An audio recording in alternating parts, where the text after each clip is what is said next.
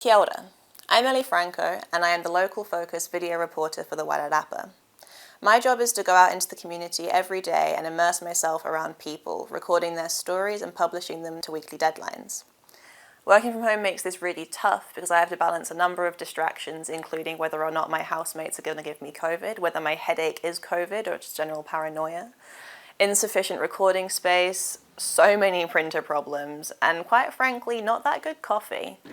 Journalists are classed as essential workers so we can get out into the community to find new stories. But we still need to be wary of our movements and work from home as much as possible. And sometimes it's not as easy as going into the office. I'd say the biggest challenges of working from home, it can be a lack of motivation. You know, if you're seeing the same four walls all day, every day, that can get the energy down a fair bit. And just having people to kind of riff off of in the workplace, people to bounce ideas off. Yeah, it gets a bit lonely. I think the expectation of people coming into local journalism, so many of my friends have asked me, is it like Afterlife with Ricky Gervais? Got a good lead for you. Local baby looks exactly like Adolf Hitler.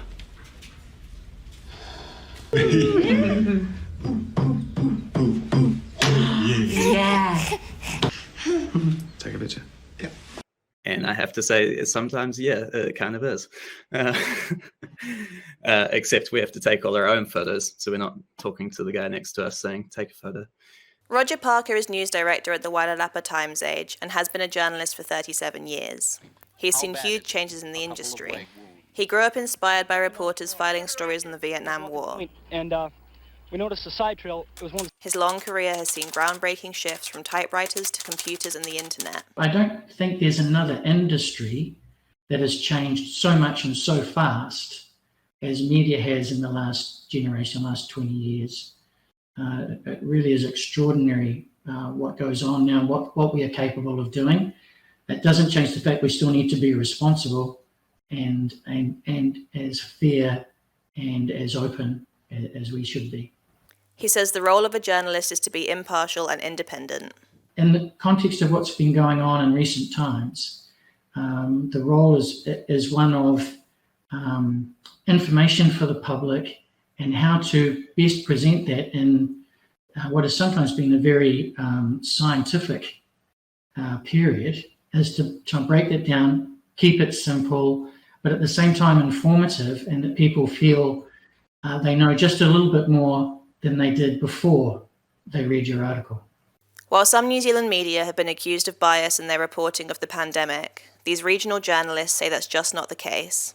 They're doing their job, and they're being attacked for doing their job. And I thought it was extremely toxic. I also think that a lot of the public was scapegoating New Zealand journalists for their own frustration about COVID entirely. And it's like, as a country, we've done pretty well. We've done pretty well compared to the rest of the world. We had a lot more freedom in times where everybody else was locked down. But the journalists will inevitably always be the ones kind of getting beaten down for the messaging behind the government's protocols. It's just classic shooting the messenger, basically. And I think, and then you've got the people on the other side who have lashed out at people like Jacinda Ardern and the government. Like, you can't really lash out at a virus. You can't get angry at a virus. It's not a tangible thing. You can't sort of yell at a virus for destroying people's lives, but you can get angry at people.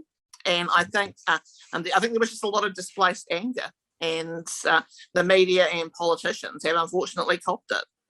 Parker is concerned about the length of time government agencies take to release information to news outlets and the public. I am concerned that it's taking a lot longer than I recall pre-COVID to get responses to questions that we feel are really important to be answered in a timely fashion. I'll be interested to see in time whether people are more inclined or happier to meet with journalists, with people with cameras or recording or taking notes, or whether they prefer to keep that distance that they probably feel might give them a little bit of a buffer between those two parties.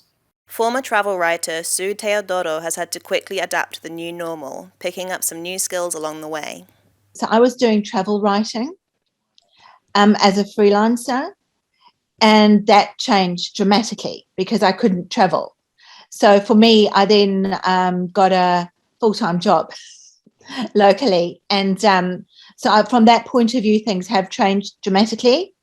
But in terms of the tools that we use for a job, being a travel writer and filing features from hotel rooms at funny hours was, in fact, a really good training for COVID because I'm all set up. I've got Word on my phone, all my apps on my laptop and my smartphone.